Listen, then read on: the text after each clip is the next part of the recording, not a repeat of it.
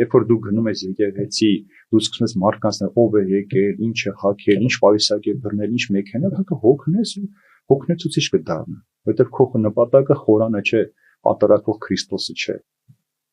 Այ մի օր մի երիտասարդ գալիս է քահանայի մոտ, ասում է Տեր, այլևս չեմ կարող պատարակի վերջ հոգնել եմ։ Այդ նույն բաներն է բերում, փաստերը, ասում է տղաս մի խնդրանք ունեմ, մյուս կիրակի գաս, ասում ես հանրությունը կատարես, հետո դու որոշի։ Մի բաժակ ջուր է տալիս, ասում է ամբողջ պատարակի ընթացքում կպտտվես եկեղեցում, այնպես որ մի կաթիլ ջուր չթափի։ Երբ որ պատարակը վերջանում է, ասում է հան տղաս ինչ արեցիր, ասում է Տեր, ամբողջ պատարակը պտտացրել եմ, մեկ կաթիլ ջուր չի թափել, ասում է ինչու՞ ես ամբողջ ուշադրությունը այդ բաժակի վրա։ Ասում է այ այդպես է, որ դու ամբողջ ուշադրությունը պատարակի ժամանակ Քրիստոսի վրա պահես, ոչ կլսես քո կողքը ինչ են խոսում, ով ինչ է հագրել, ումրից ինչ հոտ է գալիս, չի հետաքրքիր քեզ։ Դու կմոտենաս, կգնաս այնտեղ։ Ընդամենը մեկ բան է, ծուլությունը արդարացնել, որ չգնա